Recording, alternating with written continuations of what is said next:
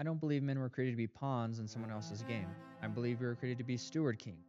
Men under authority, yes, but entrusted with real responsibility. Not perfect men, but disciplined ones. Men who rule themselves, serve God directly, and refuse to live in fear. King, not pawn. I want to talk about a trap today. And it's one of the most dangerous traps a Christian man can really fall into. Because unlike lust, it doesn't look sinful. And unlike greed, it doesn't look selfish. Unlike pride, it often actually disguises itself as humility. In fact, most people will congratulate you for it. The trap is this: trying to be good enough. Now, on the surface, that sounds ridiculous, right? Shouldn't we want to be good men? Shouldn't we want to pursue righteousness and pursue holiness? Of course. But that's not what I'm talking about here. I'm talking about something much more subtle. I'm talking about the man who secretly believes that if I can just become good enough, then I will finally be accepted. So there's this kind of lie beneath that pursuit. And I know this one personally because for years I didn't realize this was what was driving me. I thought I was pursuing excellence. I thought I was pursuing character. I thought I was pursuing growth, and part of that was true, but underneath all of that, there was another motivation, a hidden one. I wanted approval. I wanted belonging, acceptance. I wanted people to basically look at me and say, "You're enough." And so I started aiming my life towards becoming the kind of person that nobody could reject. The kind of person nobody could criticize, the kind of person that everyone would just accept. So let's go ahead and talk about a little story. The boy who learned to earn. A lot of us, we learn this when we're young. Maybe nobody says it directly, but we learn it anyway. We learn that love feels conditional, that acceptance is conditional, belonging conditional. So we start performing. Maybe we become the responsible one. Maybe we become the helpful one, the funny one. Sometimes we become the achiever. But the message underneath all of that is the same. If I become what people need me to be, then I'll be loved. And the scary thing is sometimes it works, at least temporarily. However, the performance, it never really ends. The problem is that once you build your identity on earning acceptance, you never get to stop. Because every day becomes another audition, performance, test, another attempt to prove yourself. And eventually you just become exhausted. Not because you're working hard, but just because you're carrying a burden you were never meant to carry. This is why Jesus was so different. When you look at the life of Jesus, something becomes obvious. He never seemed concerned with proving himself to people. Think about that. He healed people, he fed people, he served people, definitely loved people. But he was never trying to earn their approval. In fact, many times he intentionally upset people. The Pharisees hated him, religious leaders wanted him dead. Entire crowds would walk away from him. And yet he never changed course. Why? Well, that's because Jesus, he wasn't aimed at human approval. He was aimed at the Father. And this is where we need to start talking about the difference between serving God and serving approval. Where things get really important, because from the outside, the two can look absolutely identical. A man serving God and a man serving approval can do the same exact actions. Both can volunteer, both can help people, both can be generous, moral. Both can certainly go to church. The difference is the target, okay? Because one is serving because he loves God. The other is serving because he wants acceptance. One is giving, the other is bargaining. And that's the hidden contract. Most men, they don't realize that they're carrying a contract, this invisible one. It sounds like this. It sounds like, if I'm good enough, then people will love me. If I'm good enough, then I'll belong. Then life will work out. The problem is that life never signs that contract.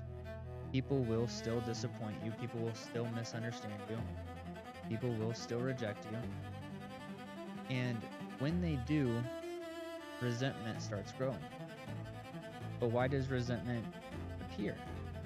This is what finally helped me understand what was happening. Resentment doesn't come from love. Resentment comes from expectation. Think about it. When you feel resentful, what are you actually saying? You're saying, I gave this, I did this, I sacrificed this, and I didn't get back what I thought I deserved. And that's not love. That's transaction. And that's exactly where I found myself. I wasn't always serving because I loved. Sometimes I was serving because I wanted something in return. Acceptance, recognition, validation, belonging. And when I didn't receive it, resentment appeared. Let's talk about this Pharisee problem for a second. This is why Jesus was so hard on the Pharisees. The Pharisees weren't immoral. They were incredibly moral, actually. That's what made them so dangerous, because they had turned righteousness into a performance. They followed rules, they kept appearances, they maintained standards, but their hearts were aimed at themselves. They wanted status, they wanted recognition, honor, respect. They wanted people to see them. And Jesus saw right through it. This is also why the older brother in the prodigal son story is so fascinating. Everyone focuses on the younger brother, the rebellious one, the obvious sinner, but the older brother reveals something deeper. He stayed, he obeyed, he followed the rules, and yet he was furious. Simply because he thought that his obedience had earned him something. Listen to his words. All these years I've served you. That's servant language, transactional language, not son language. He wasn't serving out of love. He was serving to earn. And when he didn't get what he thought he deserved, the resentment exposed his heart. So what does real sonship look like? A son doesn't serve to earn love. A son serves because he already has it. That's the difference. The Father's love comes first. The obedience comes second, not the other way around.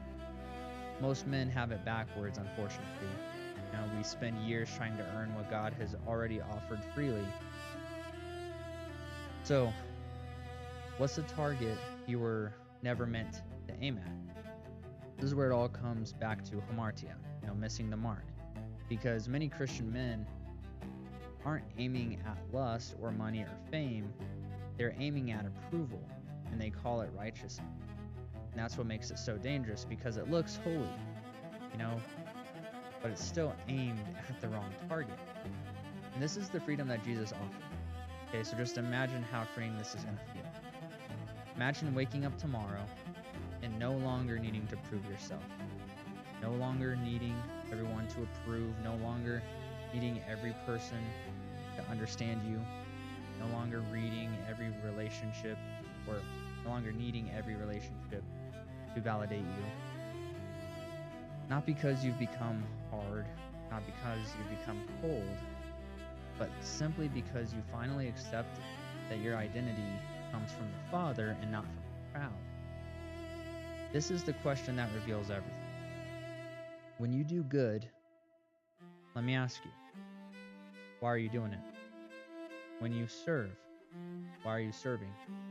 When you sacrifice, why are you sacrificing? If nobody noticed, would you still do it? If nobody praised you, would you still do it? Nobody thanked you, would you still do it?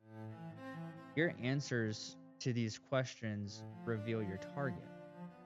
See, the goal of your life is not to become good enough.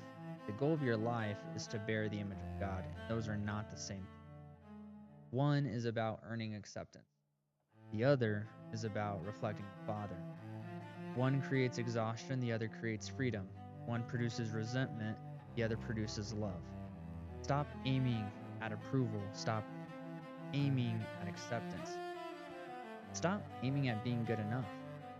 Aim at the Father instead, because the moment you do, you will realize He already loved you before you ever performed for Him. The man who serves to earn love will eventually become exhausted. The man who serves because he is loved becomes free.